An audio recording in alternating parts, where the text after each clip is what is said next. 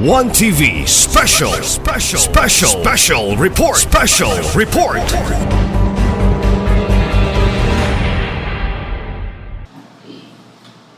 think it was clear already.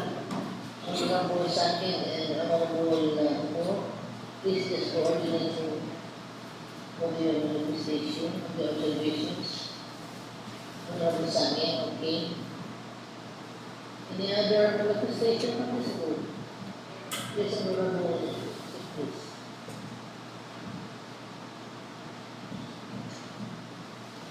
Honorable Secretary, Honorable, please. Thank you, Madam Chair. Nalang ko yung ipuno gamay diri sa Section 8, Maintenance of Trees. Pwede na to diri after sa letter A, the city shall promote community-based monitoring to improve the survival rate of the planted trees. Dinhi, pwede na to i-add ang tree registry GIS mapping kay very useful ni siya sa ato ang city. Kay every tree planted under the program should as much as practicable be recorded with location, asa siya gitanong, date planted, kung sa'y gitanong, species niya, number of trees, planting organization, pila sila kabuok gatanong, status or survival, and nakod sila yung photo documentation. So, kani siya, ang purpose na to ani is to prevent na kanang every year magtanong pero walay record kung asa ang previous na mga gitanong.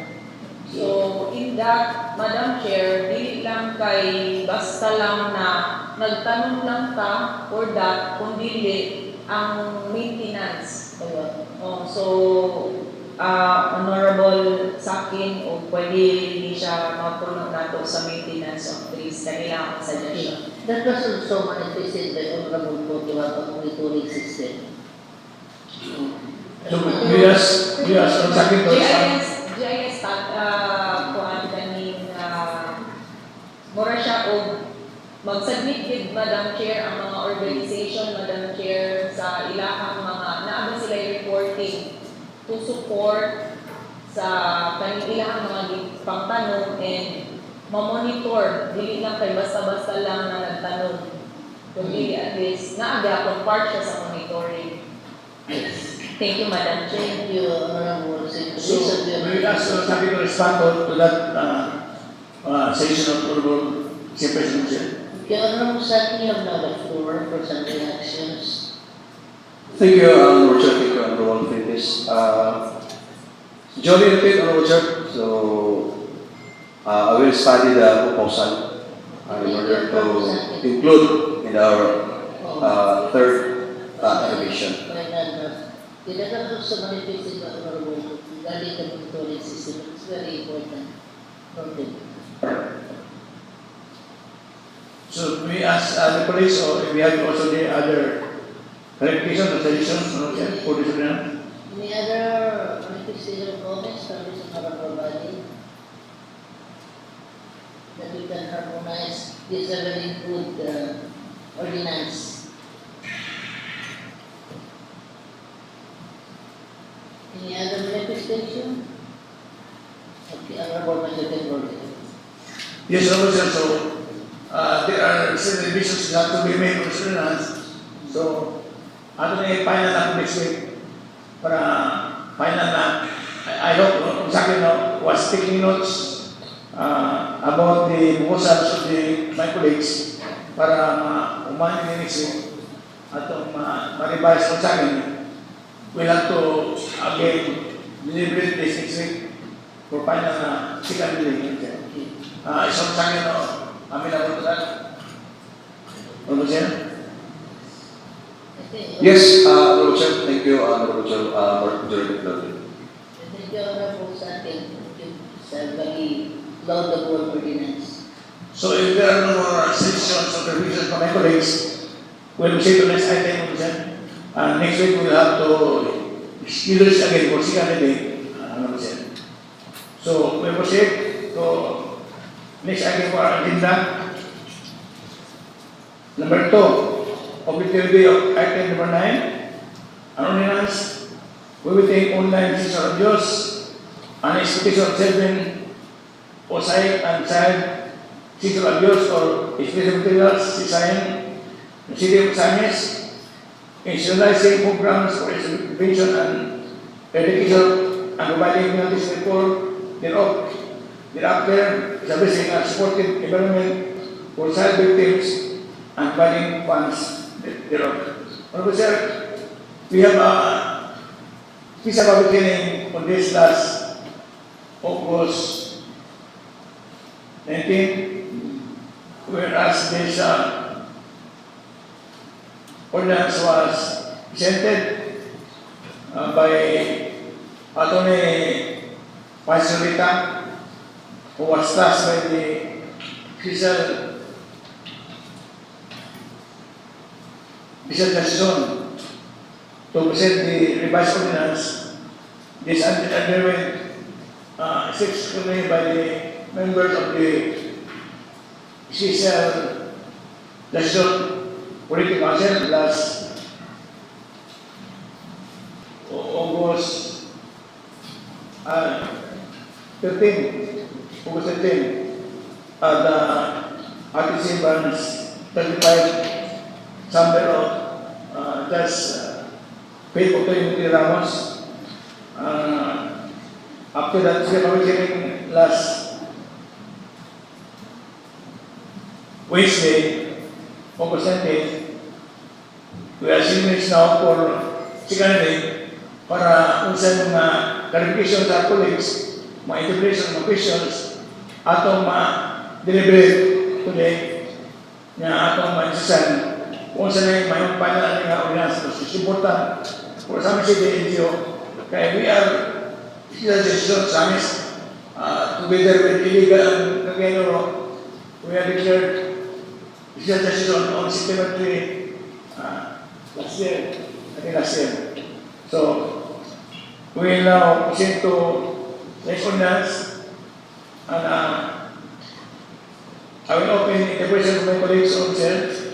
I will try to answer all clarifications as far as I can. Kung kunahin din ako ito ba, I will give this the presentation for any further clarification. So, meantime, I open the floor for any clarification by the colleagues also, any inquiry or clarification, and I will try to respond to clarify also as much as I can. So, Yes, any clarification, Honorable, for your recognized. Thank you, Madam Chair. Thank you, Madam Leader. So when this ordinance was presented during the public hearing, there was no discussion made. So I would just like to clarify an item here in section 17. Members of the MDT, Multidisciplinary Task Force. So the chairperson is Mayor, the co-chair is the lead convener of the Justice Zone, Vice Chair, internal, Vice Chairperson, external, and the Secretariat. I will be asking Madam Chair if the Secretariat place here is DepEd official of the city, Sangguniang Panglungsod officials. Kinsa man siya. We don't have DepEd official here in our SP. Do we have one? This is the official of the city Of the committee on education, that is, I think, you are the one who said. The committee chair in education, Madam Chair, is not a DepEd official. I think the issue of the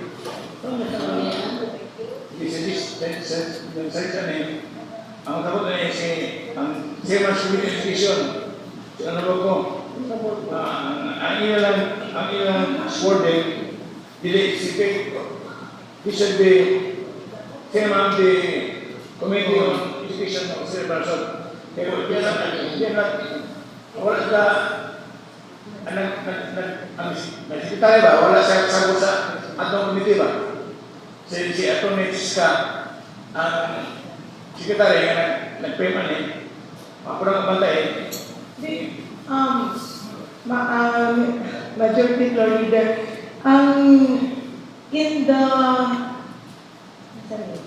Justice Zone Board, the EDCOM chair is not a member of the Justice Zone Board. And it was the representative who is a member of the Justice Zone, and this ordinance comes from the Justice Zone. This task force, sunod task force, mas sila mamimber sa task force. Kaya ang member sa Justice Committee, Council, lahat members, judges, executors, na NGO, wala yung member sa Committee Education. Kani, hindi lahat sila mamimber, kung task force lang. Task force na task force na ipasok na kami doon siya, task force niya. Hindi na siya member sa session. The executive committee at the disciplinary task force. It might be the secretary of this ordinance might mean Anyway, that we'll clarify pa secretary, that representative siguro yung ipasabutan. Anyway, we'll clarify pa ang ka kung siya yung sabot na yun para nakaroon. Kung yung sabot pa, secretary sa kanya, ang secretary sa Committee of Education, I will clarify that this ka. Na ato nagkaroon. I will report next one. Present your honorable Project Pro Leader. Please verify and klaro sila. So any other, we have Any other comment? Yes, honorable Lito. Thank you very much, Madam Chair. As I go over on the ordinance being presented, Madam Chair, most of the benefits, most of the assistance, especially to the victims, were after there is already a trial and after there's already convicted.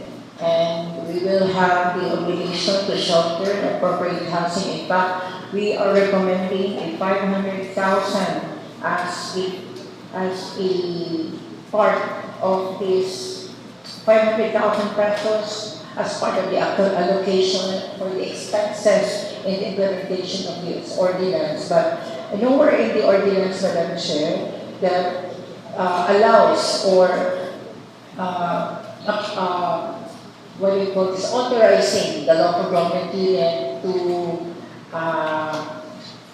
appropriate financial assistance to the victims, especially during the trials or during the visitation, because most of these children, the minors, will be sent to Cagayan de Oro City for rehabilitations from 3 to 6 months, 3 months to 6 months, and then most of these are indigents, minors with their families who will be visiting. Much as I would like to express on this behalf is it okay if we could at least give some financial assistance to these families who are visiting, especially on the accommodation. I know the victims will be given accommodation for free at the regional facilities as part of their custody. But what about the parents? What about the visiting families? They cannot even afford the accommodation about there. So maybe we could also include in the ordinance that an appropriation for the financial assistance to these families who undergoing the said visitation rights from 3 months to 6 months pending trial of their cases, Madam Chair. That would be also my proposal. Any other It's allowed. regarding the manifestation of honorable Suso? Yes. I will respond, sir. When inquired by the Justice about the budget, the in government with this 5,000 is the budget every time in every year. I told them that's only an initial budget. Kaya bago mata decision. Decision also as a budget pang di Supreme Court, ako sa budget ng decision. Ngayon magamit. So, ang kanyang 5,000 na budget, is only initial budget. Kaya wala pa tayong apis ng budget sa mayor sa budget ko. Ato ng padakaan ko, depende sa mayor iyang decision. Pero kanyang amount, pahadahan. Kasi una, decision sa mayor. Kaya ito ang manay funding. Siya rin decide how to allocate money, support the victims. Kanyang money, pahadahan, i-support sa ordinance. Hindi necessarily support sa pamilya, wala. Support sa ordinance. Kung necessary nga taga-kwarta ang pamilya, the mayor will give. So, it's a mayor's decision. Hindi na kaya butang din sa ordinance nga ang pamilya sultan, hindi na kaya. But we only have to put there na ang kwarta i-support sa ordinance. So, ang isipin, hindi na kaya sa ordinance. Na pamilya pinulkod. Hindi na kaya. Kasi sa ordinance sa law. Ang law, is a general term, hindi na siya. Ang isipin, dito na sa mayor. Si Mano sa isa sa kasi by 10 million. So, nasa decision, mag-meeting sila, ilan yung ng funds kung isa rin. Mabuwan na sa report. So, same as mayor, kung nasa expenditures na wala sa authority, yan dala sa siwate for our approval. So, yan ang posisyon. Hindi ka na yung talaga na meron ka ikas sa pamilya, hindi necessarily.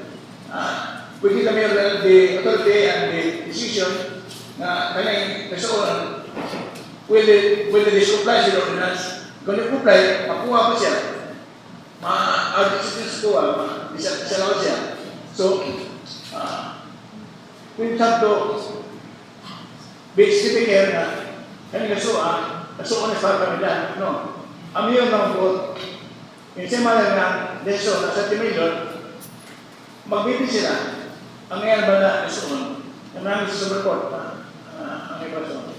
So muna kaning, bro, may expression to the decision, kaning pahagdahan, is only initial.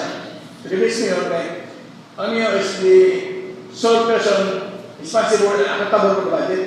Some go accountable and responsible. So, we need to see the mayor.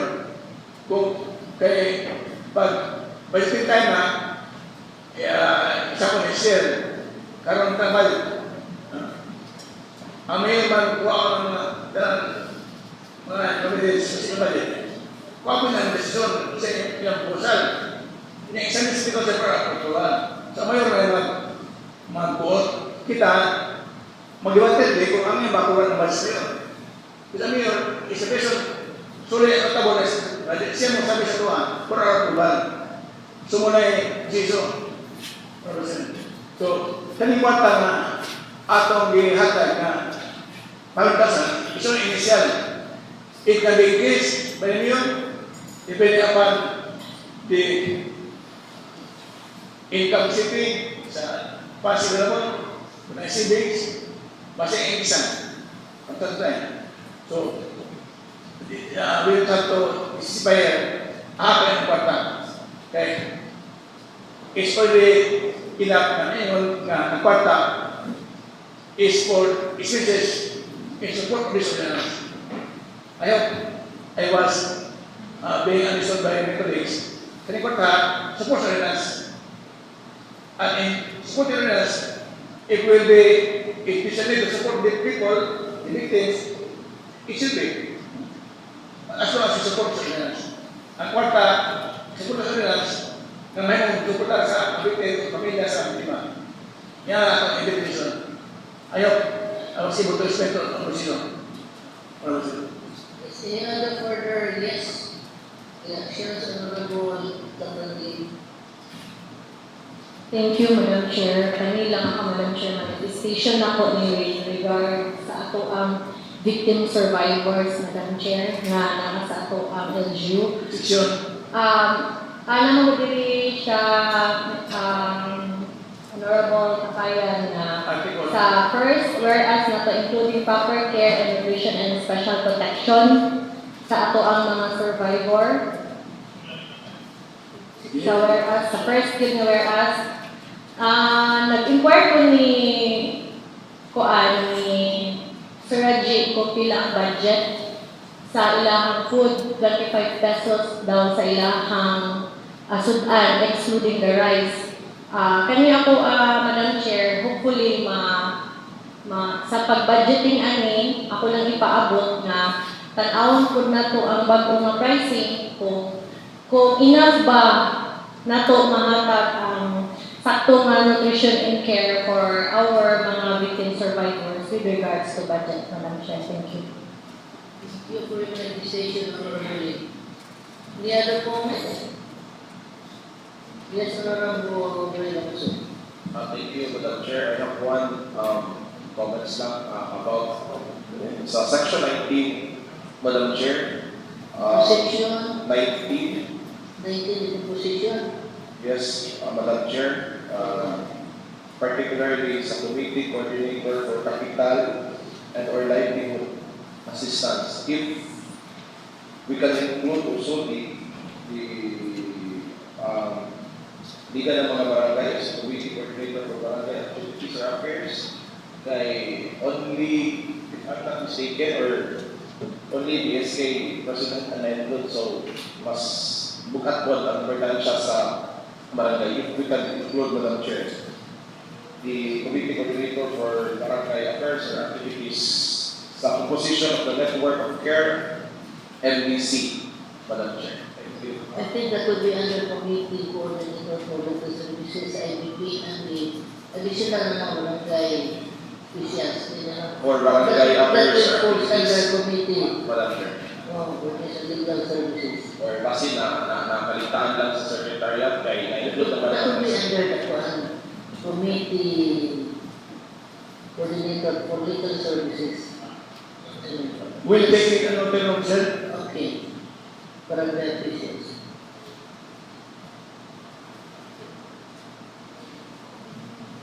Any other observations or some manifestation? Yes, Honorable Citizen. There will be additional manifestation given by the Honorable Dialogues and Madam Chair regarding on the information and educational dissemination of the said ordinance. Since this is very, very vital, especially the protection of our minor, maybe the inclusion of the legal barangay is very imperative, especially that it really needs to be disseminated, especially on the urban barangays, grabe populated, dense, and then most of the victims actually were from the urban barangays, and these parents, the children in particular, doesn't have any idea regarding on our upcoming ordinance. So probably the dissemination is very vital for this ordinance to be spread para din ato ang matutukan na naaidain ang ordinance for the protection of our minors. Thank you for your manifestation, Honorable Citizen. Any other manifestation? Well taken, noted of sir. Okay. Any other manifestation that improve our very good at this level ordinance? Ano ba ito yan?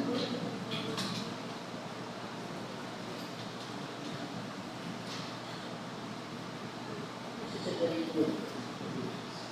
Very timely.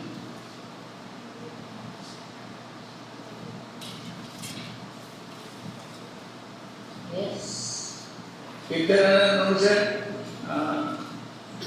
sabi ko the elimination by indication of the first person,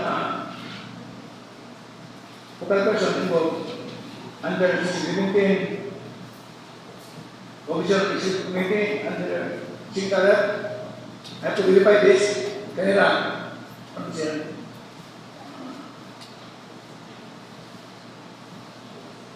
If no more questions or objections to the ordinance, bound to request approval for the second reading. I will print the final form for next week for the third reading. If my colleagues may allow. Honorable Pope, can I have this issue point about secretariat? Ako nang verify ka ng fiscal, minsan hindi, ako nang i-change, ako nang i-revise for the next week, third reading na. Is it okay, Honorable Pope? So, I think there's no other violent protection of this organization. This is protection of vulnerable sectors of society, the victims of online sexual abuse, which is happening in our city. Nakalipay ka sa presentation city because of the cases we find in our city about mosaic and sex crime. So, I promote the motion to oppose this ordinance second reading, subject of course to the revisions session of my colleagues. So move by the Honorable to the coordinator for this secondary with the requisitions for some improvements on this particular ordinance. Speaking discussed this afternoon. Thank you, Honorable Sir. We proceed to the next item. We proceed to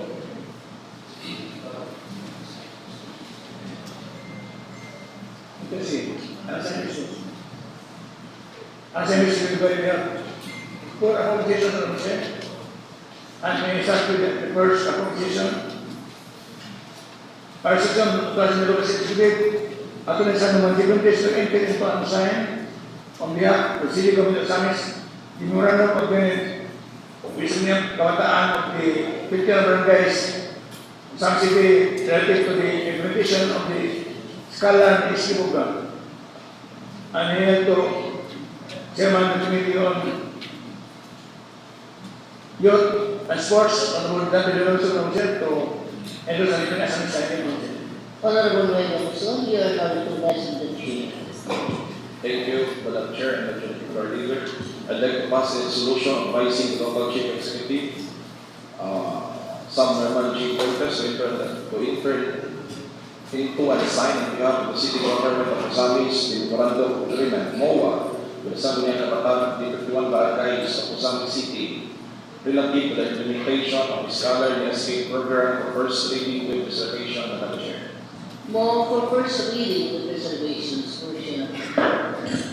Due to the urgency and the need of the said resolution, Madam Chair, may I therefore move to pass for second and final reading within the internal rules and joint motion, Madam Chair. Due to the urgency of this resolution, Honorable Williamson, dispensing this of the second and final reading, we may let it go. Any comment? Remarks, hearing and motion. Thank you, Honorable Sir. Accommodation number 2. These are the various expenses incurred in 2025, which the city requests us to charge to the Carter operations of 2026. 6 amounts. These are mostly additional time services or overtime. Overtime pays for services rendered during the third pair and 2025, 1,678. Services rendered during OCSD and OCSD, 4,613. Services rendered on November 1 and 2, 7,965.48. And services rendered on November 30, 2025, 17,079. And I sometimes services for services rendered on December 1 to 21, 39,150. And the following raise of the time on December 2021, 1,800. I move the motion to approve this resolution to charge to Canada persons the expenses incurred last year 2025 for additional tax services on employees medyo magpapayo sa activities, mapubal na President ng Services Commission. Move for first reading with reservations as being presented.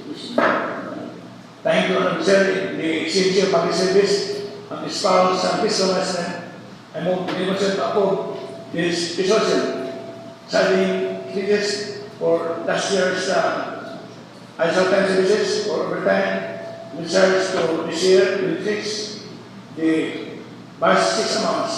For approval the second and third reading, within the resolution. Due to the exhibits, the case of the Honorable City Mayor, Honorable Manager for legal responsibilities against the intent and final reading, leaving the economics. Any comments, remarks, here the motion. Thank you, Honorable Sir. Proposition number 10. Our social class negotiating atau national given this internal sign on behalf of City Government Ozamiz, the Memorandum of Agreement, the Philippine Council's League, the Ozamiz Occidental. This will be a contract with the PCL, Observatory and Nangil, to our license officer, PCL Chairman, Honorable Catherine to endorse the national second council. Honorable, please now do the resolution. Thank you, Madam Chair.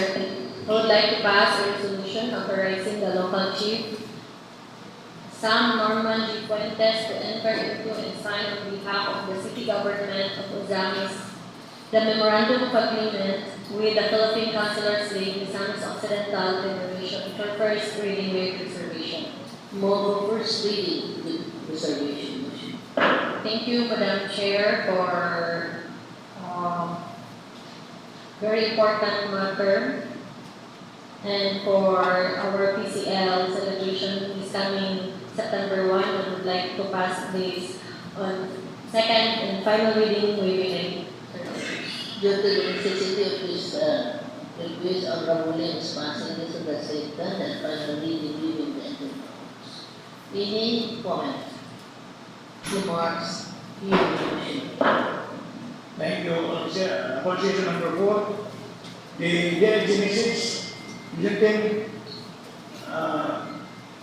Destination and number memorandum dated August 30, 2006, display of the Philippine flag and observance of National Heroes Day. National Heroes Day will be on Monday, August 31, 2006, a non-working holiday. So, I think as you will have to observe this. In the meantime, I recommend that this message will be exhibited on the observance of the state of the Philippine flag on National Heroes Day, the journalistic record scheme as well. Yes. Is there any reaction regarding this particular request of the Honorable? From the INC? Regarding the memorandum? That would be on August Monday. August 31. Any other further discussion regarding this particular? I think this condition we have only to display the Philippine flag on Monday. It will stay on this. Exactly display. The election about travel. During the Okay, on the question. there are no opening matters on the table on the item number 10 based on the reading of it. Hence, at this juncture, we have Bishop Rodriguez, sir. Madam Sir, Yes, before adjournment,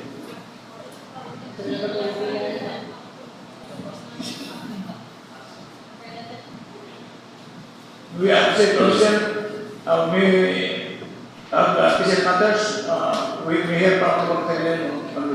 Necessary matters, is Honorable Lee, you are recognized. Thank you, Madam Chair. I would like to inform the body that the Philippine Councilors League, Ozamiz Occidental Federation, together with the One Ascenso PCL Ozamiz Occidental Federation, will be conducting the 2026 celebration of the Philippine Councilors League week on September 4 to 6 at Amura, Ozamiz Occidental. The celebration will feature several activities, including that will be on September 4 to 6, Madam Chair. Yes, Madam Chair. There are several activities including PCL Pickleball Tournament, Madam Chair, and then followed by fellowship activities and the continuing local legislative education program. For the clip, Madam Chair, which is scheduled as part of the September 5, Ozamiz City has been assigned as one of the committees responsible for the preparation and coordination of the clip program.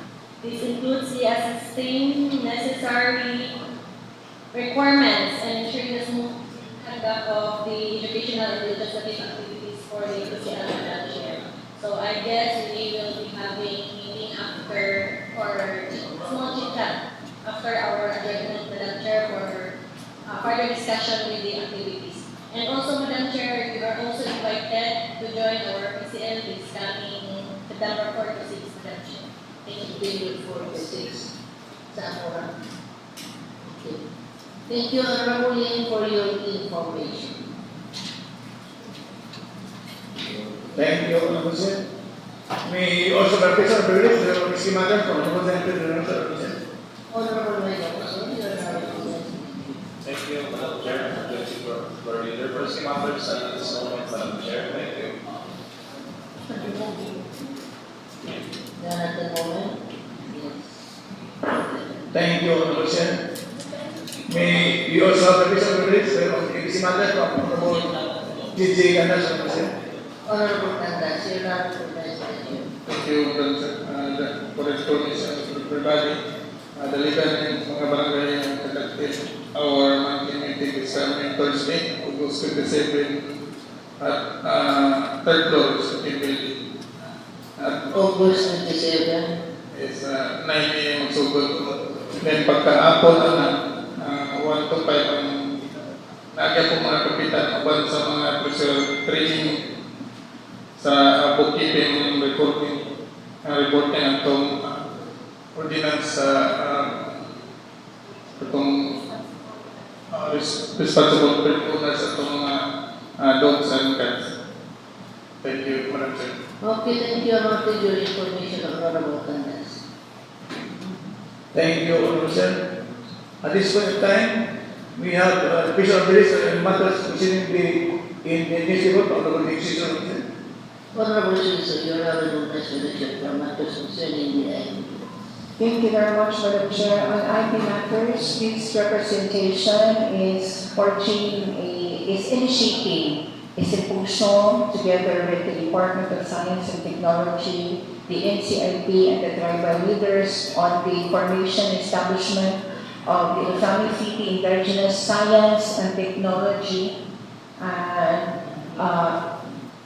program. This program will provide the foundational knowledge and the practical skills of early settlers used to understand their environment, farm sustainability, heal ethnomedicine, and predict weather patterns long before the introduction of the modern science. With the contribution to the said program, Madam Chair, that will be spearheaded by the Department of Science and Technology, especially for the indigenous people, we're going to have the two-way around. And how did they survive environmentally long after? We could provide them the modern way, but they can also give us the knowledge and their survival way before modern science was introduced. Also the sustainable agriculture, the traditional healthcare, the food security and preservation, and also the cultural identity. So I'll be forwarding the exact timeline of the program on how are we going to deal with this after we made the initial meeting together with the DOC and NCIP. Madam Chair, thank you. Thank you, Honorable Citizen. May you provide us the program? Thank you. Before I proceed to the final item of sir, I now yield to my colleagues for any other input announcement or any material development of this information to report to the study. Honorable Citizen. And then the next Romanan, the next Romanan Kapiteng. Wala. Thank you, Madam Chair. Yesterday, I had a meeting with our OIC HRMO Attorney Francis Silita, and our city administrator, Ms. Tisay Uwano, to discuss the preparation of the 126 Civil Service Commission Month celebration. So this year, we'll have 8 color-coded groups instead of the previous 6. Employees from different departments will be mixed gihapon and assigned to each group to promote connection, greater interaction, collaboration, and camaraderie across offices.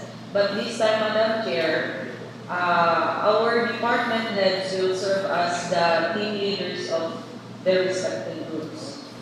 So the celebration will also include our partners agencies, including DepEd, PNP, BFP, and other government agencies. So making this activities more inclusive and collaborative. So in addition, Madam Chair, we have also expanded our activities to include more ball games and sports competition such as basketball, volleyball, and pickleball to promote teamwork, wellness, and fellowship.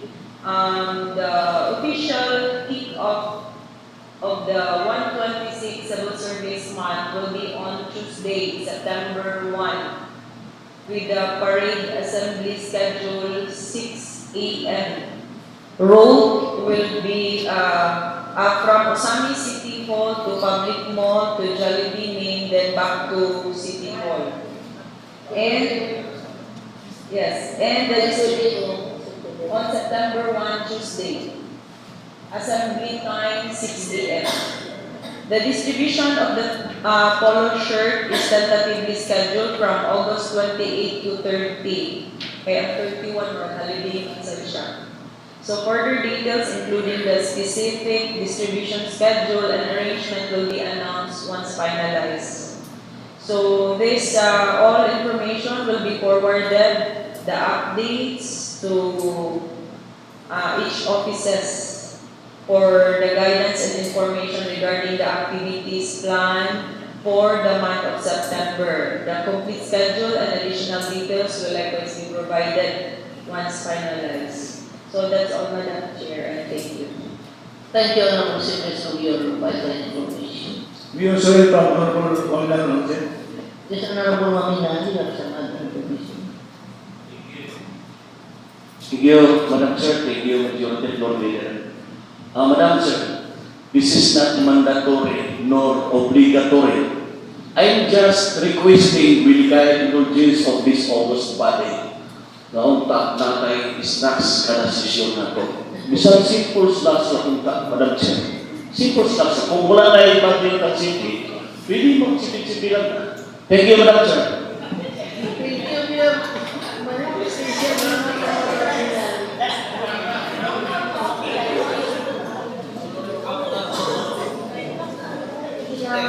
Thank you.